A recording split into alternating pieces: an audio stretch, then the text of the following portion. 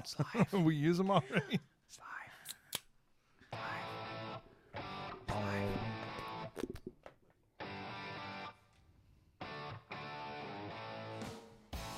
Welcome back to Come and Brew It Radio, coming to you from Texas Brewing Inc. in Haltom City, Texas.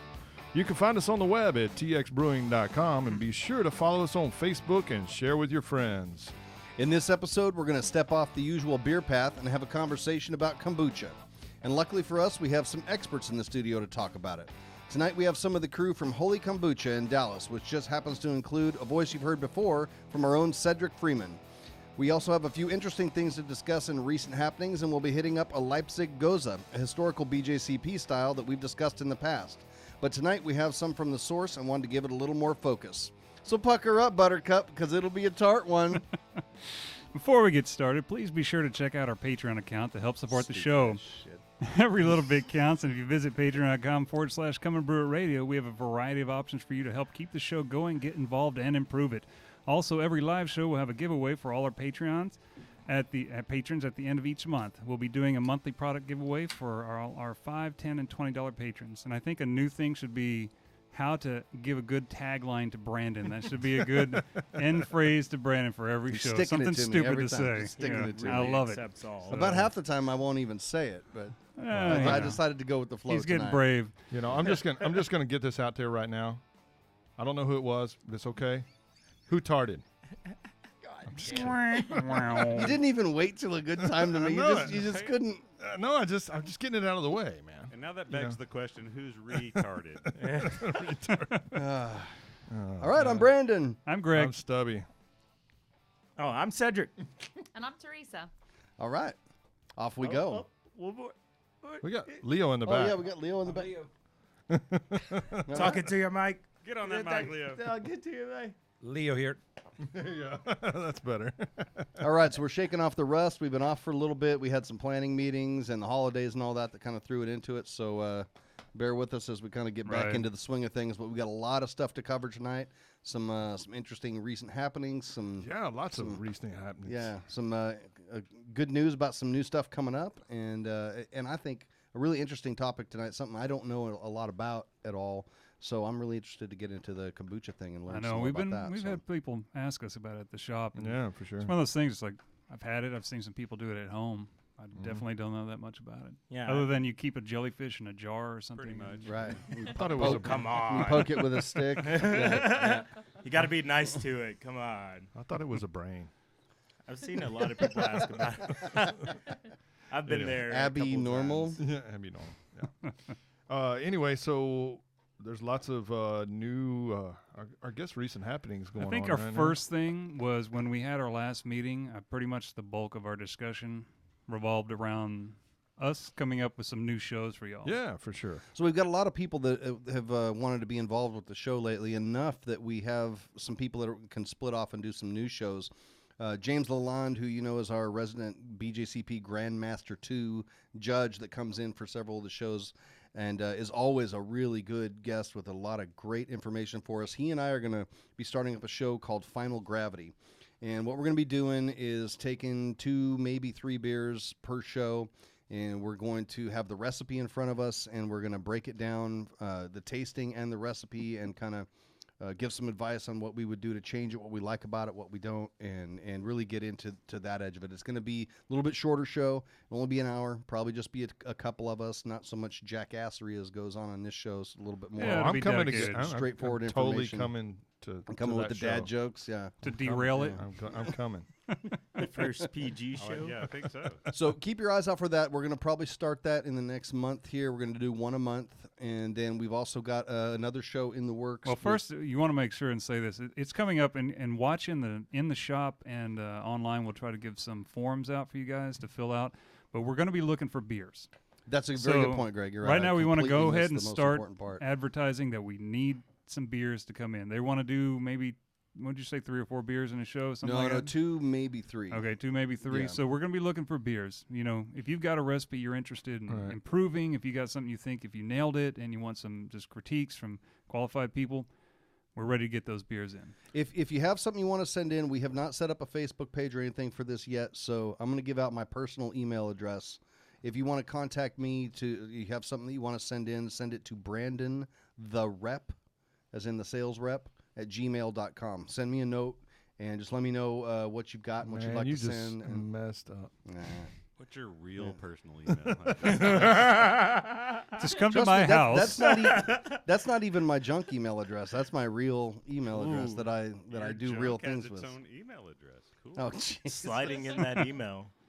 Ouch. Seriously though, if you've got if you think you'd like to contribute something, even if you don't have it brewed yet, it's maybe one of your house recipes that you brew all the time that you'd like to brew up and send into us, and you just want to kind of get in line for the show or whatever. Send me a note.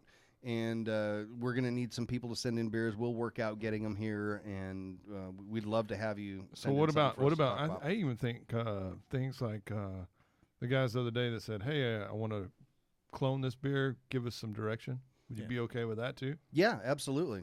Commercial beers. That would be a really good fit for the format because we will be able to compare it against an existing beer and talk about where we think the recipe could be tweaked to get to where they want to do, and not even necessarily recipe. It could also be fermentation and Right. packaging and all that stuff. So, Well, I'm just saying, if I could send you a beer, you say, "Hey, help me clone this." I think you could do that. yeah. I think James, both of y'all together. And if you guys get something that you feel is going to be difficult, just ask one of us. Only reason to I'm saying that is because I bounce more think people. that's good content too. Because a lot of times people want a certain style or a certain beer. Hey, help me out with that. So Give me some direction. I would think probably what we'd want to do is if that's what you want to do, send it to us ahead of time where we can come up with a recipe and brew it and bring it in and talk about it, and then Right. then talk about what we would change. Okay. Because just off the top of our head, it's going to be a guess more than anything. You kind of need a baseline to go I mean, with. I thought you guys are like really smart and good at what you do. Well, one of us is. Thank you very much, guys. I appreciate that a lot. Taking So credit our other already. show, I mean, I can't think. Did they come up with a title for this one? But I know that I don't Mike know if and Sandra and Justin, everybody here at the shop, you've heard some of these guys on the show too. They're talking about maybe coming. They do a lot of beer trading, and they're always chasing out new beers and trying new things and whatnot. And they manage to get a lot of good stuff in. So what they want to do is have a show where they have the discussion of some of these beers that they're getting in that, you know, can branch out to local and non-local markets. So if you're looking for some beers for something particular, they're going to be discussing that. So I think it was going to be called Two Great Brewers and Mike, right? ouch. Sorry, Mike. That Not was a low here to blow. defend That was a low himself. blow. Yeah. I didn't mean that at all, but I couldn't help myself. You know, he used to be a patron. I'm just saying. Right. Well, he's not anymore, so now he's fair game. Friendly fire. Yeah, I don't know if we have a title for that one yet. I didn't hear from anybody for certain title. Just be aware that it's coming. Also, in the works, in the pipeline. I don't know if you guys are familiar with this. Is that we also have our we're going to have our own website where you can actually go and listen to the shows directly on the website, or we have an app.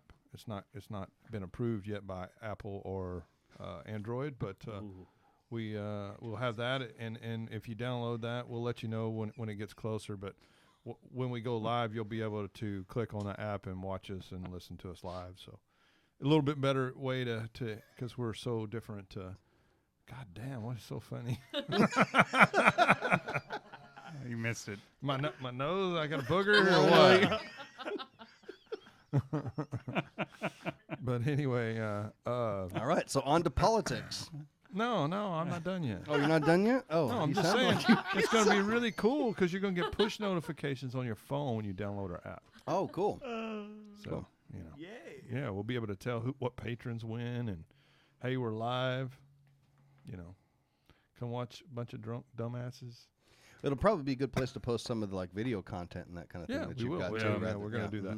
Mhm. So if you want to see it's just in beta mode, I guess. Yeah. If you want to check it out, Yeah. it's comeandbrewit.com. There you go. All right. I got to relearn how to do that one before I can put anything on it. I know, right? As long as it's stable. It's got to be updated. Oh. Yeah, it does. Anyhow, Already. next one. Now on to politics. My politics. No, we're not doing politics. Well, that's Anyway, not really no, politics. Well, here's the thing.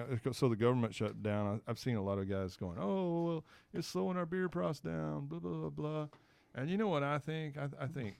I know there's a local brewery here, and I'm not trying to talk smack about them. I think they did a great job at it. But they're like, "Oh, we're not going to get our SBA loan because it's so far behind." And I'm like, dude, I just took a year and a half not too long ago to get one. It takes a long time. So, a couple, 2 or 3 weeks is probably not going to put you out of business. So what you're talking about is that the government shutdown is delaying the department that does label approvals and SBA too, and SBA and licenses and that kind of thing. And it's postponed a lot of breweries being able to release new beers and all that stuff. Label approvals, a lot of things are happening right now. But again, we're still only talking about a couple of months. Where the whole process to open a brewery in general. Today they were going. I think today they came to a resolution. They're going to reopen, but for a few weeks. I think it's going to allow them to get caught up on some things and pay some people, and then it's going to go right back to where it is probably. But the thing is that I think a lot of times people they use a good thing like this to. I think it was a great PR move for them. Oh, look at us, we're not going to be able to open our brewery. I would have done the same thing. It's perfect because you get media attention, you get all that, but at the end of the day, it's not going to put them out of business. I don't think. No, doubtful. It's just my thing is it's the same lag time. There's a shit ton of lag time for all these new guys anyway. Yeah. There has always been, there always will be. It's not a smooth process apparently, so. But it's a lot better to know that there's a yellow some turnaround. In the room? What the fuck are you talking about? Just spitting camels. Spitting camels? All right. If ever there was a time for you to be watching the broadcast, it's now. That's all I'll say. Okay, so let's move on to. We got some other stuff that we got to bring back. We're gonna wait. We're gonna wait for this one till Nigel. Let's wait. I think that's a good idea. It's only right. The one I wanted to talk about was the Bud Light ingredients list. So by now, I'm sure if you watch TV at all, you've seen these commercials where Bud Light is advertising they're going to put the ingredients on their package, and everybody should know what's in their beer and all that. Because it's the right thing to do. Somewhat ironic because they have to list that there's rice in their beer on there. I think that's funny. No yeast. The reason I wanted to talk about this emulsion. Well, it's really not an ingredient. There's no yeast in it. I mean, it was in there at one point, but it's not anymore. Just like you wouldn't list isinglass or something like that as an ingredient. But the reason I wanted to talk about this one is to address what the real reason is that they're doing this. And what you're going to see happen probably in the next year or two here is there's going to be a push for the FDA to regulate that all breweries put this on there. Yeah, and it costs them a lot of money. Right. So little breweries. The ingredients part is no big deal. league. There's a lot of independent breweries that already put ingredients on there. But the nutritional analysis that's on there when it talks about calories and all that stuff, that's extremely expensive to do. Teresa, I'm sure you can attest to that. Agreed. Yeah, so that's the real reason behind this. If you're wondering what it is, if it's marketing, they're not doing that just because. Right. Yeah, They're it's doing not that that to they put want pressure on the to little let guys. conscious Because it's the consumers right know thing to what's in do? there. Yeah. Yeah, so keep your eyes out for that, and you're going to see, and what it's going to do is going to make it much harder for smaller breweries to release their beers in package form. Because it's going to cost thousands and thousands of dollars for them to have to send these things off to labs to be analyzed and all that to be able to print that on the side. So For every beer. yeah, for every beer that they put out. Yeah. Every different version, yeah. And if you want to put out a seasonal beer, something you're only going to sell for a couple of months, now you've got to pay that much just for that. And it's going to ruin a lot of things. And it's going to happen. It's already been in the works for a long time. I think that this is just something where they can put it out there and say, see, we're doing it. It's working. Consumers like it. People want it. And that's why I just drink we have the bourbon. money to do it. Yeah. Right. And they have the money to do it. Doesn't mean anything to them. They don't put out seasonal beers. Except for that, a lot of small breweries might not be able to do it, not be able to afford it, and then aren't going to be around to be competition. Right. Exactly. So I wanted to bring that up just so we could put that out there. When we talk about, I'm always big on saying that I don't buy beer anymore once AB InBev owns them, and it's not because I'm a snob. It's because I don't like the business practices of the company like AB InBev. And this is exactly why. This is why I won't buy Elysian. This is why I won't buy 10 Barrel or Wicked Weed or Lagunitas or any of those for exactly this Because reason. it's funding shit like this. Yeah. So Attacks. that's why I wanted to bring it up, because it ties into what is a recurring topic on the show about breweries being bought out and then we'll no longer buy them. So Well, and I think you nailed it right there. And there's no absolute reason why AB InBev would voluntarily go, hey, we want to start putting these labels on our beer other than to put pressure on microbrews. Right. Absolutely no reason otherwise. Right. They've been putting calories on light beers for years anyway, for marketing to people who are into light beers. But the nutritional information. Yeah, the nutritional information thing, that's the only reason they're doing it. So, at any rate, get off my soapbox on that one. And hey, Brandon, what about the argument that, yes, this is God, by the way. Yeah. Hello, God, it's me, Brandon. Finally read that book. No, what about the guy that says, hey, I want to know what's in these beers because I have certain allergies and things like that? What do you... Well, an ingredients list is no problem. Independent Totally brewers do it all the different than time already. nutritional. It doesn't have to be sent off to a lab for that or anything. They could put it in ingredients lists, and like I said, there's more independent breweries that do that than there are large breweries. It's the nutritional information, the caloric analysis, and that kind of thing. That little table that you see on there, how many carbs are in there. Yeah, you don't want to know how many calories are in your beer anyway. Right. That's for sure. Yeah, but it's one of those things where we're all going to go that way because our product has to have a nutritional label according to the new FSMA Act. Mm-hmm. Food Safety Modernization Act requires that you list ingredients for consumers. And I'm sorry that it's going to extend to beer too, but after all, food safety is going to extend to pretty much every industry now. Every industry is up to, killing people or getting people sick, especially in this day. Beer, that's why you can drink beer. It's safe, man. Yeah, that is the thing about beer. There are no pathogens that can live in beer. Right. So, right. The alcohol. Yeah. It's safe, and if people want to know what's in it, they can list the ingredients, no problem. But they don't need to know if there's trans fat in it or cholesterol or sodium or anything like that. And that's They all all the know things it's that they're bad. having to pay to test for. Good. I had bacon grease moonshine, and I wish that ingredient was listed for me. Probably would have not drank that. Yeah, I had some really nasty stuff like that. Yeah. Was that what somebody brought it in with bacon grease? Yeah. Yeah, that was Eric. Oh, that was Eric. That was terrible. He goes, my moonshine wasn't very good, so I put bacon grease in it.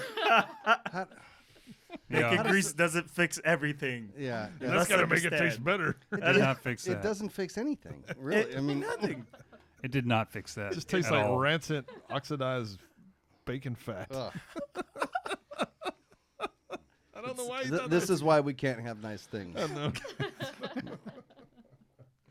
Anyway. Okay, so the last subject I think we'll save for when Nigel is on the mic. Also, he's over there in the corner monitoring Give him a us. teaser. Give him Sobbing. a teaser. Yeah, so and that's Nigel's Guadalupe Brewing beers that he brought in. We had an interview with them recently, and he brought in some more of their beers, and he's going to talk a little bit more about that. And the ones we've had so far are outstanding. And then we're going to talk about we've about had all of them. And then we're going to talk about a London brewery. Yes, Yeah. and we're going to talk about a London brewery. London. English Just ninjas. falling down. English name. English ninjas are now going to brew a certain beer that we all love. So. Oh, man. So, did anybody do any home brew work this week No. that didn't fall in Bluebonnet prep or something else or Iron Mash prep? I drank a lot of homebrew. Yeah. I finally took mine out of the closet. So. Oh, don't Are we even, still talking about don't beer? use the C word around Stubby. No. What does that mean? No. No. I had to let it age. I'm not. Was it called Spitting Camel Pale Ale? Intriguing. I think so. Iron Mash. inside Iron joke Mash prep for you Nigel. listeners? Just a reminder though, Bluebonnet, as this show is live right now, you're coming up on the deadline for that. So anybody who has not entered and wants to, there's still a few spots left by the sound of it. Yep. So Well, get that out is- there and try it. That is one thing that I did 250. since the last show is we've done some Iron Mash prep where we dosed our bottles with special ingredients and got those turned in. And then this weekend we've got the Iron Mash awards ceremony and People's Choice Awards and food pairing and all that coming up. So the judging has been done. We have all been judged and found wanting. Most likely. Most likely, yeah. So I don't know. I'm really happy with our beer. Yeah, I base thought beer it is came out amazing. good. The base Yeah. beer is fantastic. we were able to put the specialty ingredients in without ruining it. That's what I was worried about when we tasted. I thought, I don't want to put these ingredients in. I like the beer as it is. Right. But I think we did all right with it. I don't think it's a winner, but I'm happy with it. So I'm interested to actually try the beer that went in for judging. So yeah, I tried the sample version. yeah, which that's was a good point. Yeah, I did change kinda it light, from so. that. Yeah. And I'm pretty confident in our food pairing that we've got going. Are you gonna on. do that? Yeah. Okay. Yeah, it's gonna be good. bring in the secret weapon. Secret weapon. Well, Laying it let's down. talk about Iron Mash on the That's next cheap. episode and really kind of talk about it. We'll have a recap. We can bring our medals in and show them to the camera. Yeah. Oh, there you go. Y'all can carry me on your shoulders around the room and all that good stuff. Brandon, like that. No. No. All right. That will never happen. Well, let's call it a solid maybe. We You won't rule it out. There's no way I'm letting you ever ride around on my shoulders. I don't want your junk on the back of my neck. Well, Just over. well, I could always ride from the front. Nice reversal. Doesn't have to be on the back of your neck. Is this irony at all? man. It's thinking outside the box, is what it is. It is irony. Is it irony? I'm wondering if that's Between you and me, our side has got proper example. No. Okay. Anyway. Okay, do we have our bumper music for this, or No, we don't. Yeah, no? we Wait don't? for it. That's That's not it. all right. So That's a good unsolicited buffer. answers to internet questions. We've got one that ties into our guest that we have in here in Kombucha tonight. So Well, We're actually compared gonna- to some of our answers, yeah, that one might actually fit. we're actually going to drink a beer that ties into this question. So the question is about kombucha and beer. It says, a while back I had a sour ale that was blended with kombucha. It was really good, and we've been thinking a lot about brewing something like that. Has anyone ever done something like this? If so, what steps did you take? Blend at bottling or kegging, a mixed fermentation, use the SCOBY to work in the primary. I would assume blend at bottling would be the best way. What do you guys think? So, we happen to have some people in here that have done a collaboration with a beer company, so I'm going to kind of hand this over to y'all because I have absolutely no idea what We I'm talking actually did 2 collaborations. Okay. The first collaboration was with Four Corners. about.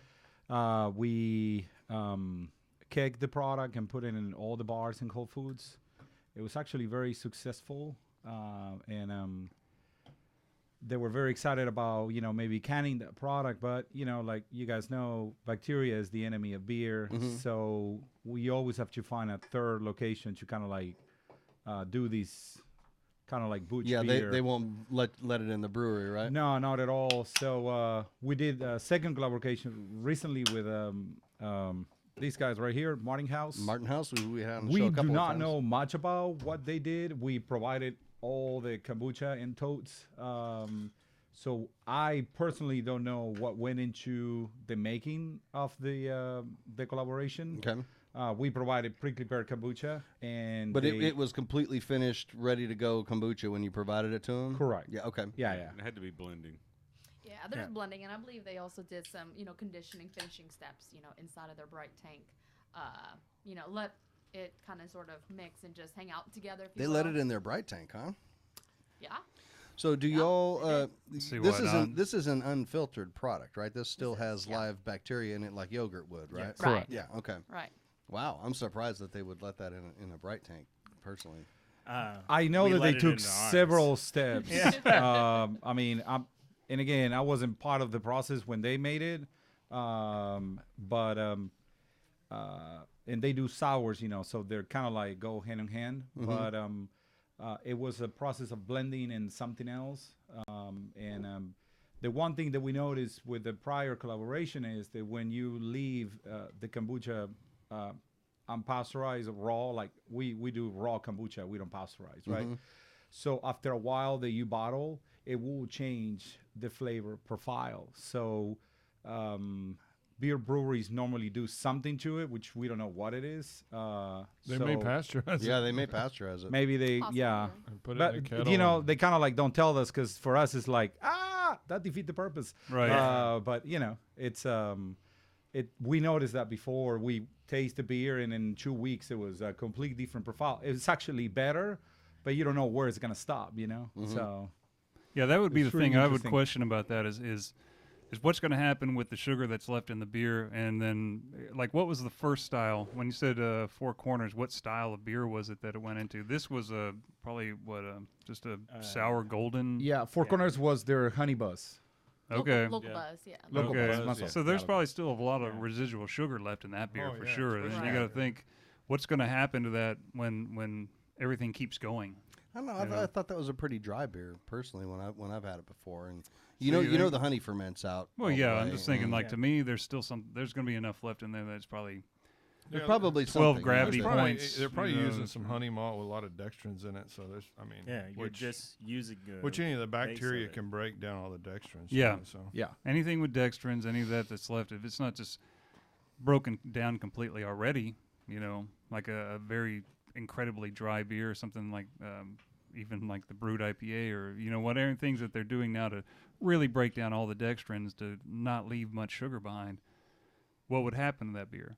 That's something I would think with this question too. What's an ideal beer to add something live like this to know that what your end product could be in a limited time frame, knowing that you're probably not going to be able to age this because it could continue on and then the bottle's not going to hold it or whatever, you know, See, So unless it's I a would, personally, I would think Belgian- kegging would be the way to go on something like this. Yeah, could it be a holds corked and more caged pressure. something too that might work well for this, but like we haven't really gotten in the discussion of the kombucha yet and what the SCOBY's doing, what's in there.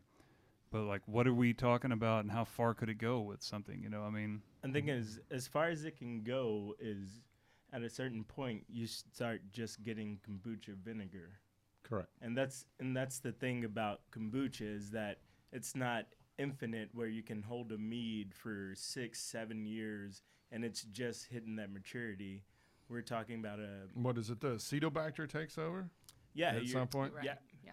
you're- it just overwhelms you. It's just Mhm. it overwhelms your senses. It's pretty much just straight vinegar at that point. Particularly on a homebrew level where you're going to have a lot of dissolved oxygen. The acetobacter is Exactly. really Right. active when there's oxygen When you don't present. have CO2 So- around to purge everything out, that's when it starts going overtime. Yeah, Yeah, because that's so- when acetic acid is produced correctly when there's oxygen present. It allows the bacteria to then fuel itself. Because I know that turn you know it in. that's one of the reasons, like a Flanders Red, if you're familiar with that. That's the reason that some acetic acid is acceptable in that style because it's aged in barrels, so you Yeah. do get some oxygen ingress. Yeah. So there you go. So personally, you know, for me with something like this, if I sit down and I take a beer and something else and I'm blending it and I get it right where I want it, that's what I want it to be. I don't want it to change after that. So I would think that kegging would be a good way that you could blend it, get it in, get it cold, and stop anything else from happening. And what you put in the keg is what you're going to get out of it till the end. It'll slow probably. down. Right. As opposed to bottling where, you know, boy, you got a lot of variables in there. In terms of, you know, you could have bottle bombs or even just over carbonated beer is not good. right. Yeah, and so I think I really like this discussion that we're getting into with all of this, but maybe we should back up a little bit and explain to people out there what kombucha is exactly, and maybe kind of give them just kind of a preliminary idea because we're talking about blending it already. Yeah. So I think it would be We're in F2 and yeah, everything. yeah, We but- just skip straight to it. but I think it's important to know that you know what it is, you know what would be the drawbacks for using something like this or doing something like this in your brewery. You know because we have people a lot of times that come into the shop that want to make it, and one of the things I always try to make people understand that this is a living, breathing, you know, organism, and you have to be really careful with it.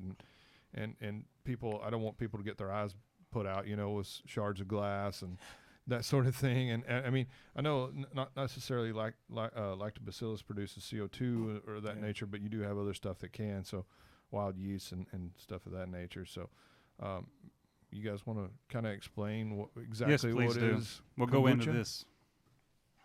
Me?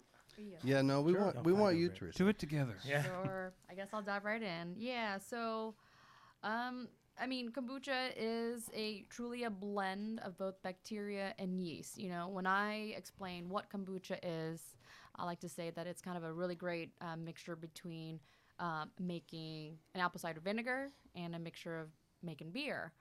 because it's got the best of both worlds. It's got the bacteria that they use to make apple cider vinegar, which it's basically mostly acetic acid, and then there's also, of course, all sorts of wild yeast that produces alcohol that's in beer. And when they work both together in a symbiotic fashion, it really creates an awesome, unique product, what we call kombucha, of course.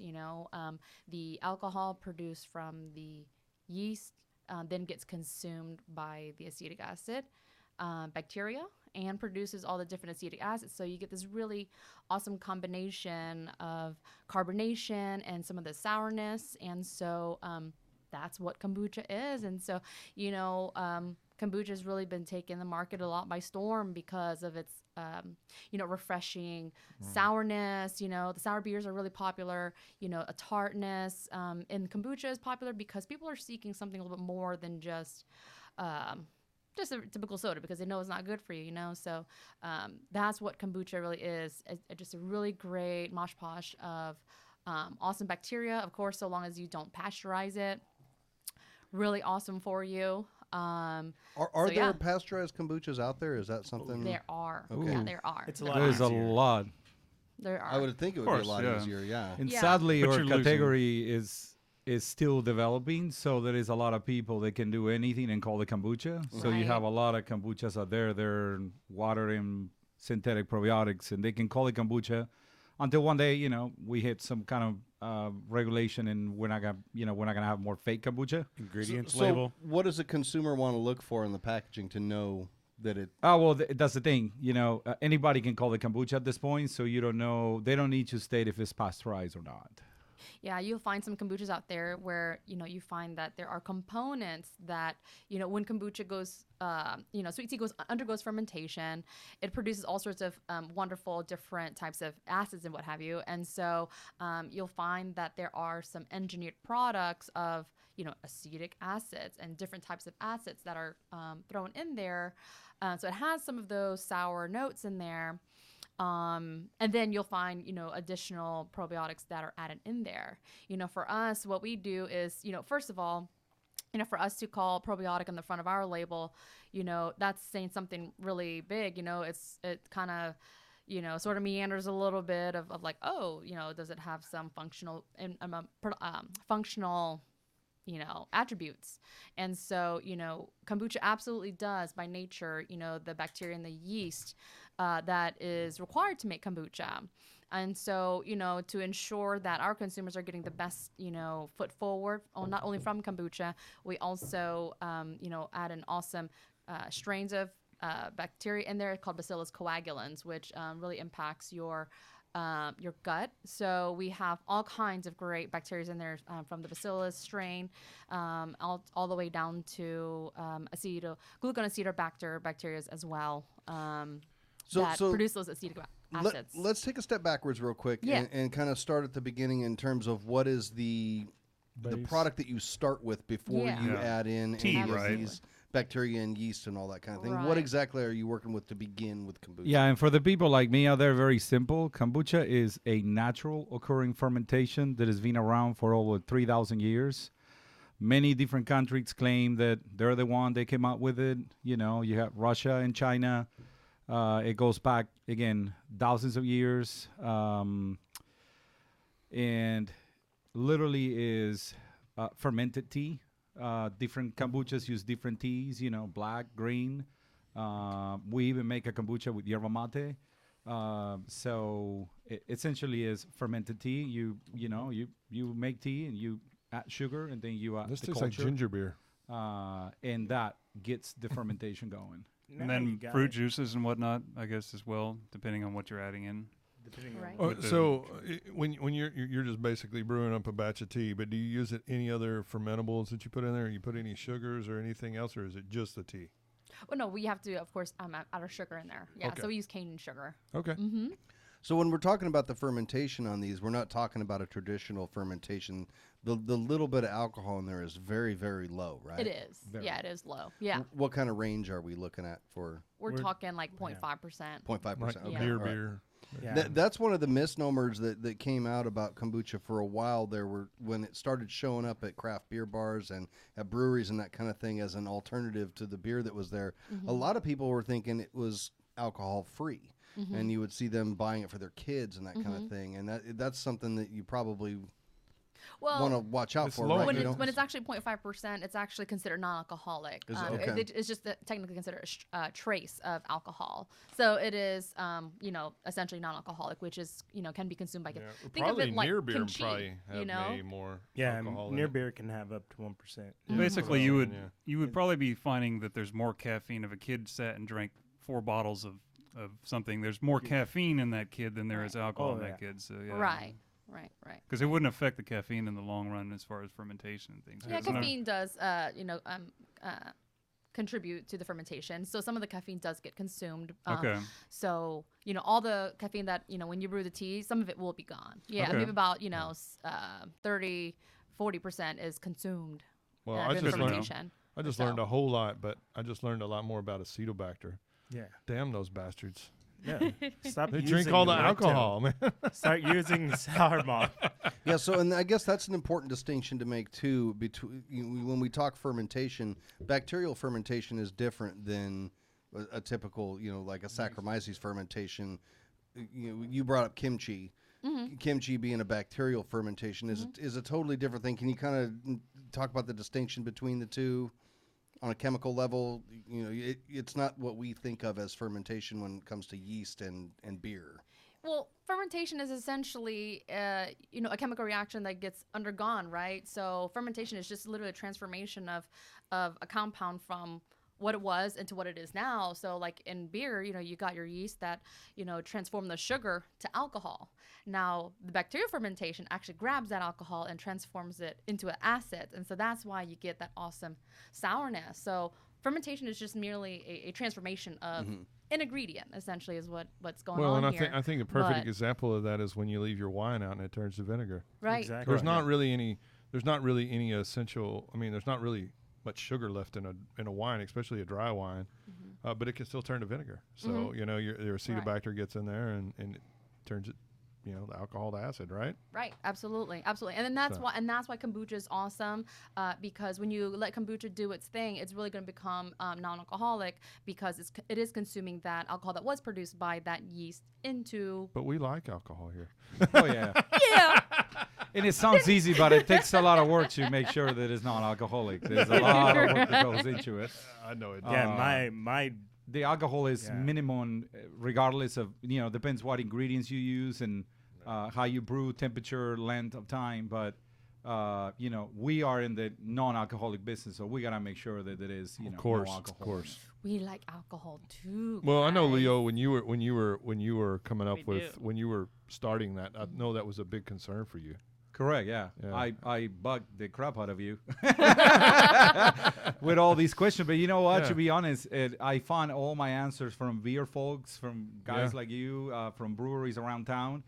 Right. Sadly, the category is still very secretive about it. Right. There is a lot of money thrown into kombucha companies. Sure. So they don't wanna. They don't talk to each other. They don't share information.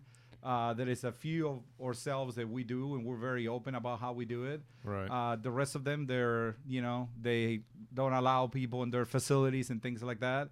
So it's kind of sad. But when we needed answers, Teresa went back to her university, and I went up to all the breweries. Right. And I was like, hey, I'm trying to get this done, and I got a lot of folks helping me out at the very beginning. Well, and that's one of the things that I think is really interesting about our industry, especially home brewing in general, is that it's all a study of fermentation science. And a lot of the times that when we have people come in that, even like cheese and kimchi and kombucha and even like fermented foods, I try to typically apply my knowledge of fermenting fermenting beer and stuff like that, and it doesn't always necessarily maybe the right thing for that, but I try to apply that knowledge to that even like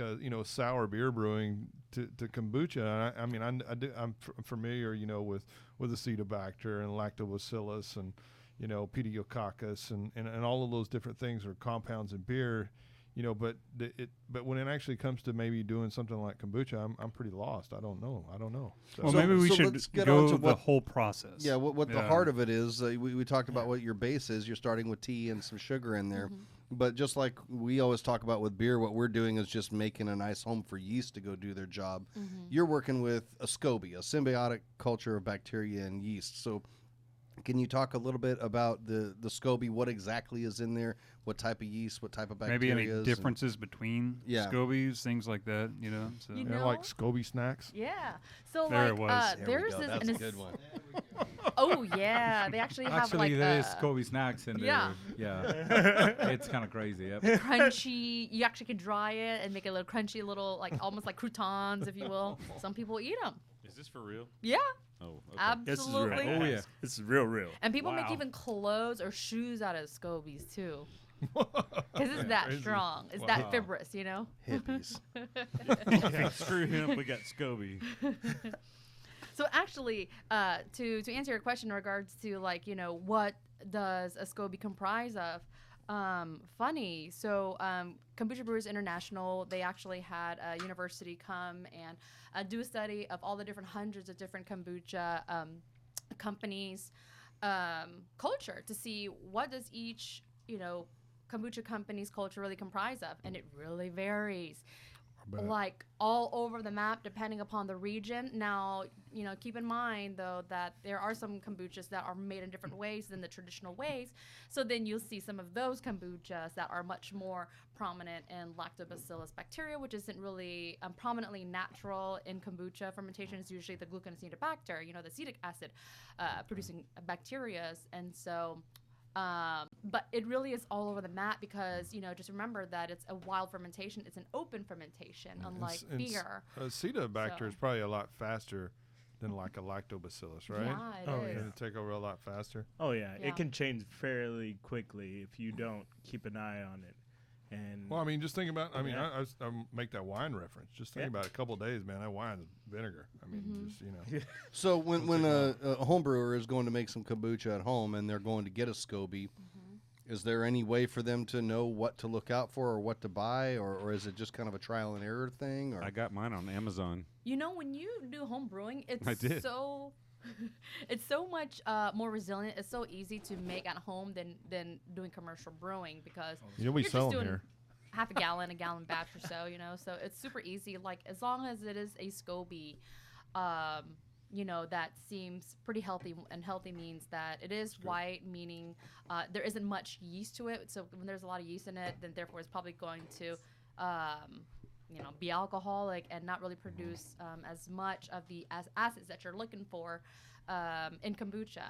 Those sour notes. So is the yeast's role in the whole thing to produce the alcohol for the bacteria to then ferment? Is that Transform basically into that's the only acid. reason it's there? Yeah. So you pretty don't much. you don't want but there it to be produces the carbonation. That's why kombucha is awesome because carbonation from Okay. the Well, yeast fermentation. Acetobacter Yeah. will probably produce less CO2 when it digests the alcohol. I'm sorry. Because say it that. produces CO2 as well, right? Yeah, it Acetobacter produces a when it's minute amount of digesting the CO2. alcohol. Okay, but Some, like yeah. not as much as say yeast would. yeah, Right. Okay. because yeast are working a lot faster than Right. what the Yeah, bacteria the long does. term. Okay, Yeah. Mm-hmm. that makes sense. Bacteria is in it for the long haul, whether the yeast is just there for a quick eat, and then it's out. Right. Yeah. So, is there any? I mean, so for the most part, a SCOBY is basically it's mainly. So what you're saying is mainly Acetobacter. But I know it has other things there. Yeah. But So just kind of back up a little bit. So the SCOBY is actually a byproduct of the fermentation. So the SCOBY itself is not the bacteria. However, but because it is in the kombucha solution, the liquid, which is what we drink, it does of course absorb a lot of bacteria and yeast. And so it clings onto it. So just kind of, keep in mind that you don't necessarily need a SCOBY to ferment. You actually need a Okay. liquid. Now, of course, you have a SCOBY, it will make kombucha. So Okay. so when you are doing a home brew, it is much easier because you really don't have to worry about, does it have 10, 20%? Right. Because that, SCOBY is actually good enough to make, a 1 gallon batch of fermentation. So lactobacillus is not a big part of it then. No, if it happens to be there, it is a flavor attribute, but it's not really the required component for making kombucha. It's just a I thought lacto-fermentation. Kind of like you doing canning vegetables and stuff like they used to in the old days. They use that lacto-fermentation because the vegetables are pretty much fermentating itself. Yeah, and like make sauerkraut. Yeah, allowing it to preserve for a long period of time. Yeah, so that's interesting. So I always thought, when you look at a lot like the good bellies and stuff like that, those are mainly lacto, correct? Yeah, lactobacillus. Mm-hmm. Yeah. Okay, so it's just a different floral. Well, and type that's what's thing, used that's what's to gonna help. to ferment yogurt too, right? Is Right. lactobacillus, yeah. Acidophilus. So Lactobacillus acidophilus. yeah, so it's just known as a good There's a probiotic. bazillion right? different They're Yeah. in the same family. Yeah. Because I mean, what is the stuff is in good belly is Lactobacillus plantarum. If I'm not Plantarum, mistaken. One time. Yeah. And then but what they use for cheese and yogurt and stuff is acidophilus, Lactobacillus acidophilus. But Yeah, and plantarum's really popular now for quick sours and whatnot because of Yeah. the temperature ranges are really easy to deal with. So. But the traditional, which one is the one like you buy cultures for Lactobacillus? What is it? Brevius. Yeah, and Brevis is another, Brett form. similar to, I think it's closer, but there was one before it, Yeah, right? there's So I can't the older remember. one There's that's another one, before Brevis, yeah. But anyway, interesting. You got to Alphas. know your Lactobacillus. So do you guys have your own SCOBY, proprietary SCOBY that you keep in house and keep perpetuating to make this big giant? We Yeah, do we've have got a showing on picture the of it up screen here right on there. the screen right now. So if you're watching live, you can see what we're talking about. That Yeah, thing and it looks looks- like it and might. how It looks big- a how lot big bigger is than that what it vessel? really is in that picture. Yeah. How big is that vessel? It's Pizza the Hut. Do you Yeah. think? Like, It's what's a- the diameter? It's a on it? 1,000-gallon tank, but right now it's filled up to 900, as you can see in there. Oh, is that all? That thing looks yeah, like it yeah, yeah. looks It's like doing work. It's doing scary. looks like it could talk to you. work. I hope it doesn't ever. That means I am way too close to know anything about Oh it. yeah, that's the one in the big tank. Yeah, that's Yeah, that's we had a tank that went empty, and we didn't know what to do with it. So we thought, you know what, let's make a big batch because we normally make very small ones. And we were like, let's just try to see, what it does. And we have oxygen going to it, kind of like, and it's been changing, because there's a lot of liquid. It's the fermentation normally in kombucha, even when you have it in glass, you see it literally shooting up, and Yeah, start it's on the making bottom. that SCOBY. And this thing is 1,000 gallons, super heavy. So we got oxygen going because it needs, Gotcha, it needs kind of like to move and have bubbles to do its thing. If not, it with the kombuchas go super big, a lot of them tend to go like a rotten egg because of the weight. It just, for example, kombucha doesn't like it. Dioxide? sulfur dioxide. And it's crazy. I have can't seen- breathe. Yeah, I have seen different breweries, but it kind of like the kombucha is unique to your building and the air and the area and your Geographic. temperature. So a lot like lambics then. Yeah. Yeah, Correct. absolutely. Yeah, and ours likes small vessels that are not super tall. Okay. We try. Okay. We experiment, but it doesn't So allow that's us just to because go. of the pressure that. Yeah, Correct. Okay. Exactly. Yeah, makes for us, it didn't allow us Like to go down in big. the ocean is too dense It's- and heavy. So don't Pounds make per square kombucha feet. down in the ocean. And it's crazy Oh. because you change the vessels and you have a different product. So we were Okay. like, oh God, this is not our product. So yeah, That makes total sense. I mean, even beer fermentation vessels can have an effect on your fermentation and your end product. Like in Germany, for example, in Hefeweizens, they ferment in really long, shallow vessels or horizontal tanks, and Yeah. that reason because you get more ester production from the yeast. Yeah.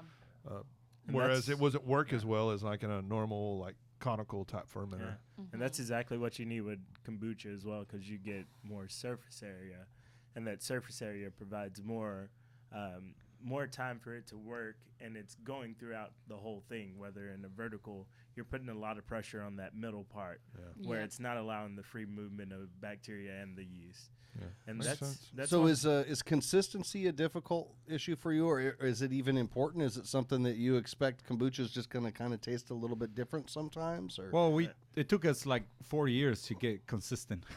Yeah, more consistent. For the longest time, I thought that every batch tasted different. I was like, wow, we got amazing loyal fans and support that to me, I was like, I can tell the difference. But it took a lot of, try and error and a lot of knowledge to get it, consistent. So it is important for you to have consistent. That's not a component of it that it kind of tastes a little bit. Well, at different this point, yeah, sometimes, because some of the people like our flavor profile, and they will get really pissed off if we change it. Okay. Yeah. They are diehard fans. That's for sure. Well, that's good. That's good. That's what you need. yeah, That's awesome. It's one of those things where me coming from a beer industry, beer background, I think at first for me, I was just like everybody else thinking, holy crap, what is that floating around? And Holy you want me to kombucha. put, you want me to Holy put that kombucha. in a bright tank? Really? How am I ever going to fish that out? And now just being there and getting and seeing the product and how it's made, I see a lot of similarities. I'm like, oh God, I'm not a home brewer anymore.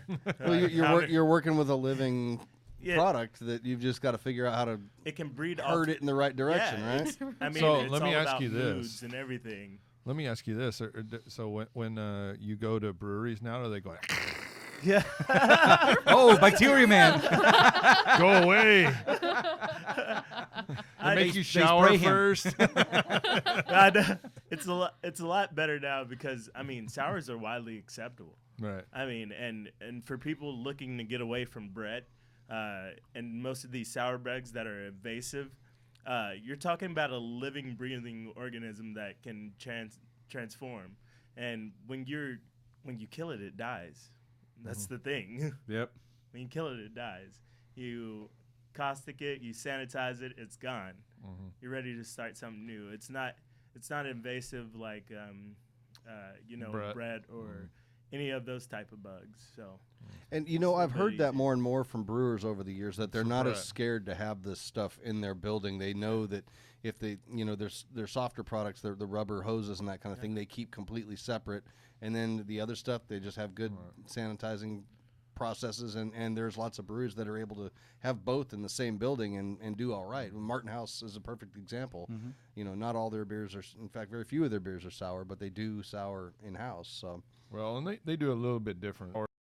And we'll get into that too when we talk about the Goses here in a little bit. But Are they kind of sour? they actually produce lactic acid with bacteria Okay. and then blend it back. Oh, okay. Right? Okay. So that's really kind of how they do that. So yeah. So let's A lot talk of- lot about of this breweries do this that. Martin House beer that we've got on the table here because I absolutely love it. This Yeah, is the it's first good. time I've tried it. It's called Nectar. It's the collab that you did. It's a kombucha sour with prickly pear and ginger. So is this the prickly pear and ginger we actually have Or the prickly prickly pear. pear flavor. kombucha that we've got? This is what we Yeah, used this in is- it? Okay. You don't have ginger in this. They did the ginger themselves. So it's a prickly pear. So it's basically made from prickly pear tea and then a SCOBY in that, and then they added that into the beer. Oh, somehow? we didn't give them the SCOBY because No, don't but you care for gave them SCOBY. the kombucha. Yeah, though, is what yeah, it yeah. was Correct. saying. Yeah. right, yeah, And that's your second collab you've done with a brewery, you said, correct. right? Okay. Actually, yeah. It's nice. And now that is It's real crisp. alcoholic Yeah, it's kombucha, several brands in California, we heard that they're doing very, very well. So they're just people making alcoholic kombucha. Yeah, they're going all the way to 7. Wow. Yeah. 7%. Now, Makes me GD's so is doing happy. the 3% Okay. in their bottles. And Butchcraft from San Diego, San Diego, they're doing 7%.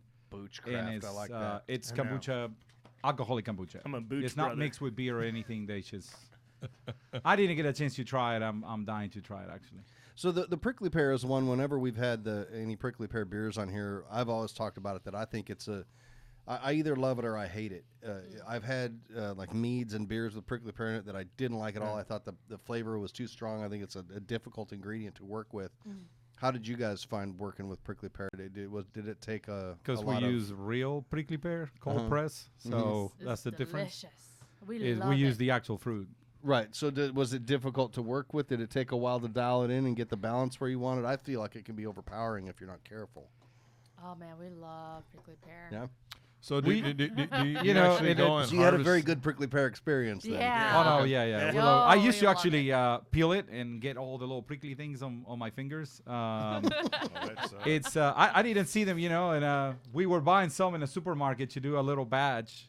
This is the first time we came out with that flavor, and the guys were about to tell me, and I just grab a bunch of them. I spent like With his 3 days hand. getting those things out of my hand. But believe it or not, I mean, we used to pick them up around town and peel them and press them and use it. Now we buy organic certified, because it took a while to get it organic certified. But it blends so well with kombucha. It's a phenomenal flavor, and for us, it's one of our top flavors. So Leo, that's a good question I had for you because we talked about what was it last week or two times ago?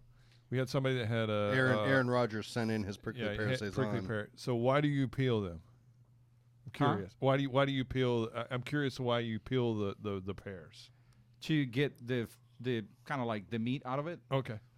Well, I'd heard people say that they got like a pickle flavor when they left the skins on. That's just I mean like when they make sour beers with What about the pricklies?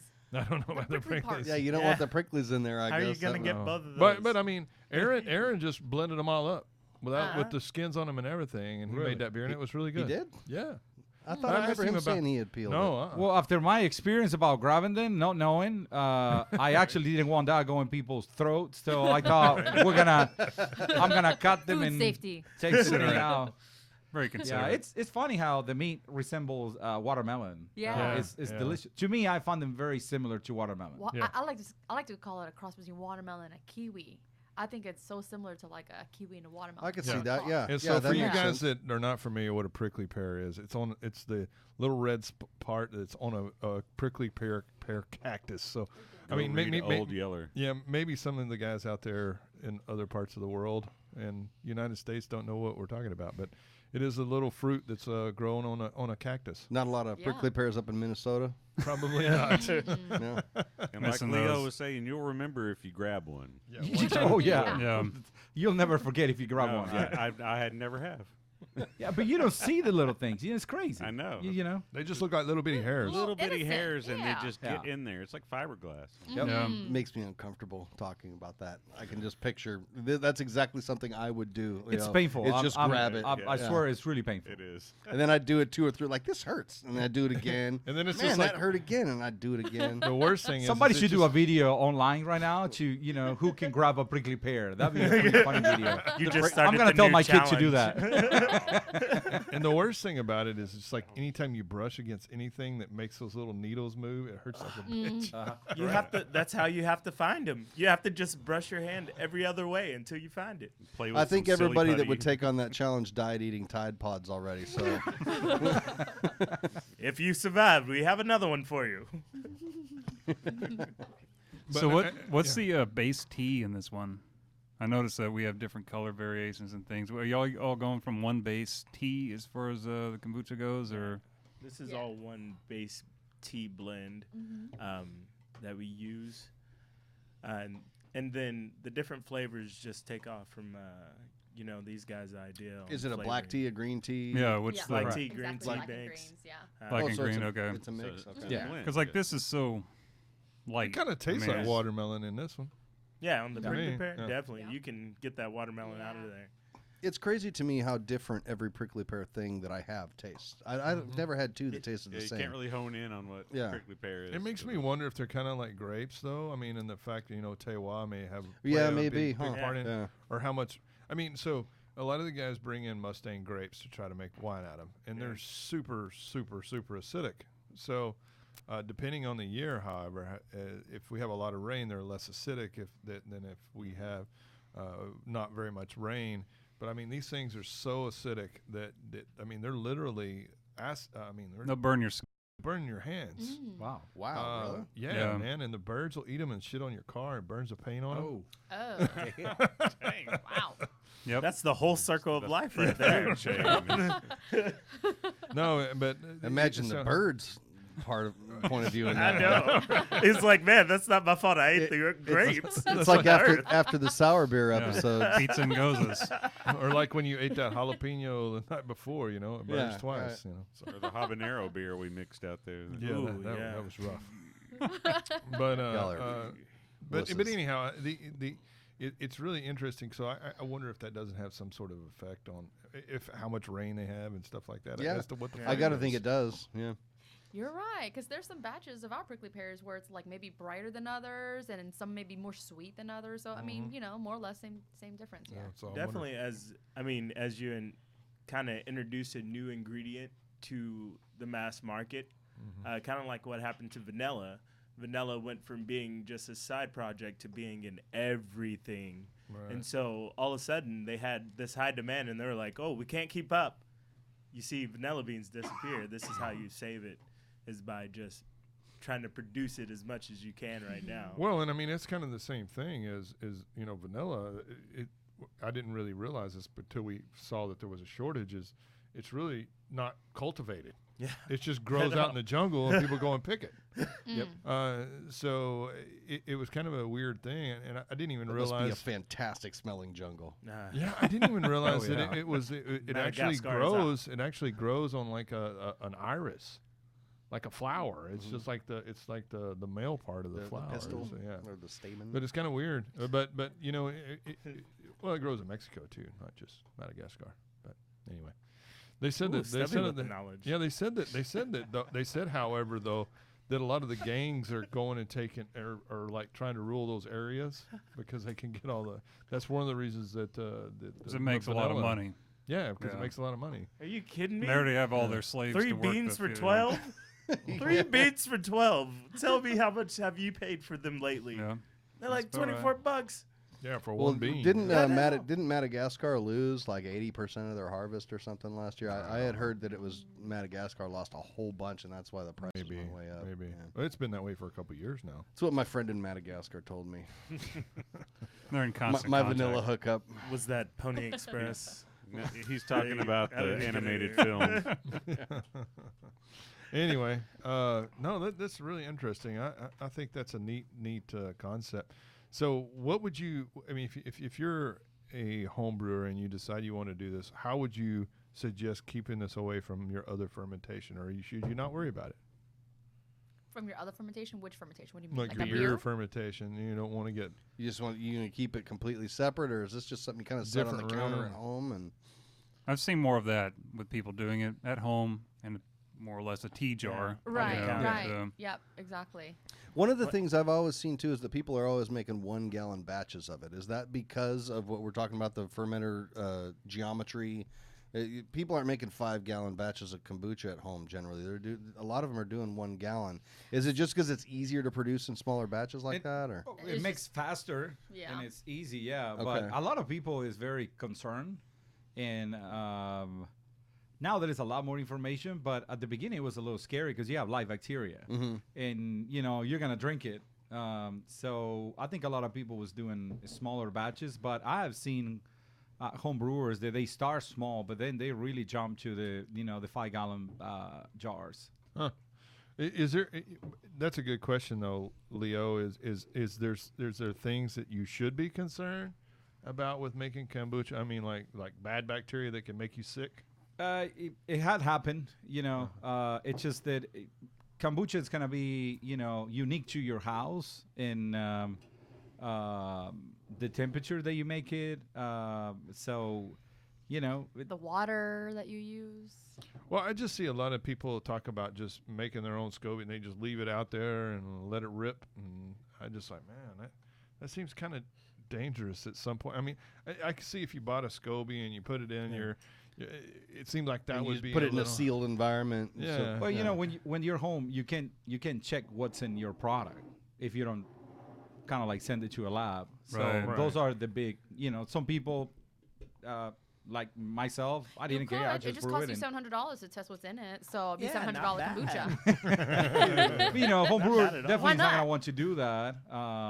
When I started making it, I tried it, and at the beginning I was a little concerned. I was expecting something happening, but you know, it's kind of crazy when you change locations. How it's really hard to go back to your flavor profile. So through the years, we identify what make our kombucha taste the way it tastes, and now we keep those environments. But normally, as you grow, you change locations and fermenting rooms and sizes. So our kombucha dictate how it wants to be made. When we try to make it our way and say you're gonna be in this kind of vessel and you're gonna do this, and I know I thought like it's a, to me it's a living thing.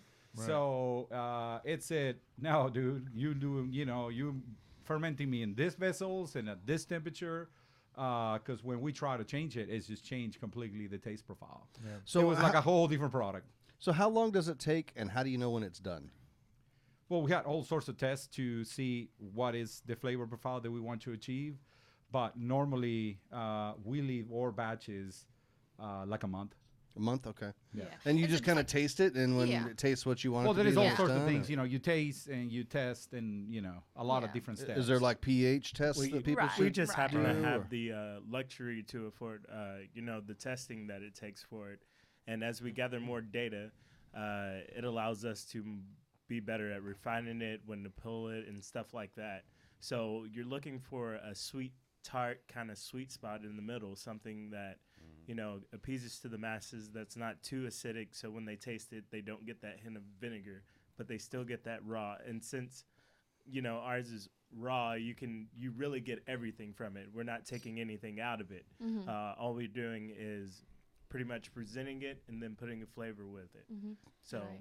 Does refrigeration slow the Fermentation. Cedarbacter down at all? or It no? does. Is It it- does. Doesn't? So, I mean, just to answer your question in terms of like for the home brewers, what I was mentioning in regards to home brewing, it really is resilient because all the things we do to have the consistency that we want in our product, we do all those lab testings and stuff like that to make sure it has those, those exact same flavor profiles that we expect, because that's what our consumers expect. Now, if you're just making it at home, today you want a more vinegar because you're feeling sick, or maybe you want a more sweet because you just don't want that whole vinegary notes, sort of gagging sort of smell, taste, feel. So, it just kind of depends upon you, smell it, taste. If it's good to you, then it's good. Now, when you're home brewing, just remember that, there are a ton of pictures online where you can kind of see if it does seem bad, and, there's some It's little really easy black to spot dots, mold. Fuzzy. Yeah, You don't want none of You can that. spot Just mold really quickly. Throw the whole thing away. Okay. And when it's not good, you'll know that it's not good. I haven't heard of, people getting really bad intoxicated with a bad homebrew. I never hear of it. But Well, you haven't been around here much. homebrew of kombucha. Oh, okay. Yeah, preface that. Yeah. But it's easy. You can tell when it has gone a different way, Okay. and when Have you a got bad kombucha that smell smell. like rotten eggs, Uh-huh. that's not good kombucha. And then Yeah. do you reuse that SCOBY over and over again, or is it maybe 2-3 times, or Yeah, you want to stop using it. You want to retire it because it's getting tired. It's getting old, So it may have transformed from the very first time you may have used it. So, if it starts to produce some weird flavors, maybe you should stop using that one and get a new one. so? A lot of it is Like all a- just based on taste it, and if you like it, that's Right. the good. And if you don't, Absolutely. then toss it. Oh and- yeah. Your okay. sensory Yeah. is a big way to sounds a detect lot if like it's good or bad. sour beer making as Yeah, well. yeah. I mean, you can Correct. have different variations of what's going to sure. happen within that blend that you have. Something could go out of control and totally ruin what normally was good, right? Yeah. So, And, we don't buy. I know a lot of people buy and see the little pancake, but we don't buy scobies. We make our own because we have so much kombucha that we can put 1,000 gallons to make more. So we make them from scratch. We make our own scobies at this point. And all you need is starter because the SCOBY is gonna be your byproduct. You're gonna judge your kombucha too by the SCOBY. Our SCOBYs are nice and white. So after many uses, they start getting brownish because all the tea that they're feeding Absorbing, themselves yeah, from. The coloration So from the tea. We let them rest, and we donate tons to farms, and I don't know what they do with it. I don't know if they feed them to pigs. Probably or mix what. it into feed, I would think. I Yeah. think so. Yeah. So it adds extra like a fat content, kind of like a. That's where all those gelatin. farting cows come from, could causing be. global warming. We gotta eat. We gotta eat. Well, the one thing about this, I don't think I missed it when I got up.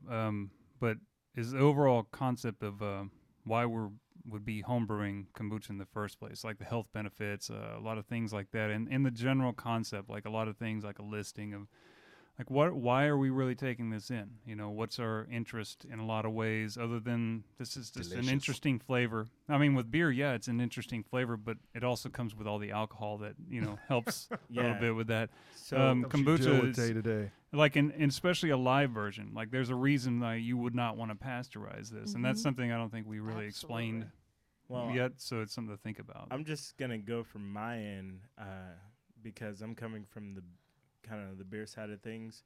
For my end, it was just fermentation. If you want to get into fermentation, you hear Stubby, breaking down the different acids. It's the same thing present across the board. Fermentation is fermentation. Don't just limit yourself to one, because me brewing kombucha also helped me with sours. I don't actively brew sours right now, but I have a pretty good idea of how I want to make a sour now. Right. Just because I'm getting another side of information that I would have never gained if I was just on one side of the fence. And just being a little part and seeing different things, it makes me go out and reach further for beer even. Well, and fermented foods are across all kinds of cultures, Right. all over the world, Yes. and they're all known to be good for your guts, basically, to put it It simply. is. And Yeah. Correct. Exactly. That's what a lot of Beer people does guts. it for the Good for the for your poop. probiotics. She said it first. I can't believe it. No. we made it a long time, actually. Yeah, but when I you was talk waiting for kombucha, eventually you will talk about poop. The It's color, it's, the texture, the smell of your poop. Is that Lomi?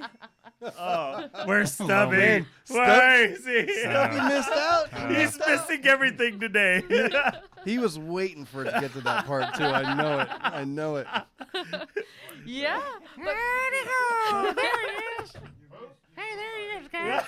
You missed it. No, he didn't. He was there. That's what I was doing. He had to go get his Oh poop knife. man, It was only a little bit or a lot. it's fast acting kombucha. I guess, huh? it sure is, yeah. It is living. All right. Well, I thought that was a ton of great Yeah, information. yeah, Not for only sure. that, I really liked every kombucha we tried. I don't know that They're we really talked good, about yeah. that as much as we maybe Oh, should have, yeah. but we had the prickly pear. We had the what was it? Raspberry pomegranate. Amazing blues. What was the Amazing first one we had? The Amazing Amazing Blues. Blues. That Oh, was that's my nice, favorite one. Yeah, that with one- ginger. It tastes like ginger beer. All three are Oh, really yeah. A good. little bit, yeah. Yeah. And Oh, yeah. with what blueberries in it? Uh-huh. Blueberry I ginger. really like that one a Thai lot. basil too. Yeah. And so these are on the shelves in grocery stores and Sprouts, Costco, Whole Foods, Central Market, Tom Thumb, Albertsons, Market Street, the whole shebang. everywhere. Yeah. Is Even it- Walmart too, actually. So What how far areas is- are we talking about? And it's on tap. at Sprouts places, yeah. nationwide. We're regional. In all the grocery stores. All of them, Okay. including So Whole Sprouts Foods nationwide, and though. Walmart. Yeah. Sprouts Okay, nationwide. nice. Yeah. Good to Awesome. hear. Fantastic. Yeah. Well, excellent. Thank you very much for coming and talking to us about this. This is really excellent information. Thank You you. got to bring Thank you for Cedric having back us. to us. Thank We you. miss him around here. I'm so glad to be back. To see Stubby and Leo get along finally. I have brought them together. My work is done Oh, we here. always got Thank you. Oh man. All right, so we're going to go to break now. You can listen to the Many Colored Death Melt Your Face. We're going to come back and talk about English beers turning Japanese and a couple of beers I brewed and then get into some German beers. So we got a lot more to talk about I still. think they would rather listen to Stubby's Little Christmas. I think so too. I'm glad I don't have that at home. Bye bye.